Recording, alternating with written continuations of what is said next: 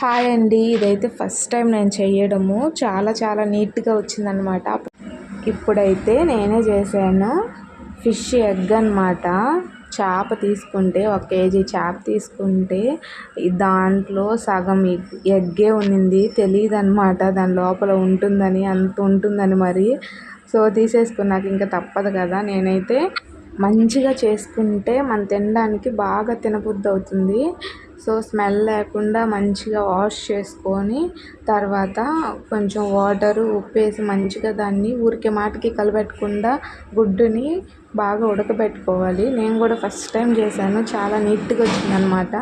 So ఉడకబెట్టుకున్న తర్వాత మామూలుగా మనం పోపు వేసుకుంటాం కదా, అలా వేసుకొని టమాటాలు ఇంకా ఆనియన్స్, పచ్చిమిరపకాయలు, ఇంకా అల్లం తెల్లగడ్డ పేస్ట్ దంచేసుకొని మంచిగా వేపేసుకొని ఇంకా మనం ఫిష్ ఎగ్ని వేసేసి అందులో కారము, ఉప్పు సరిపోయినంత వేసేసుకోవాలి. అంతే.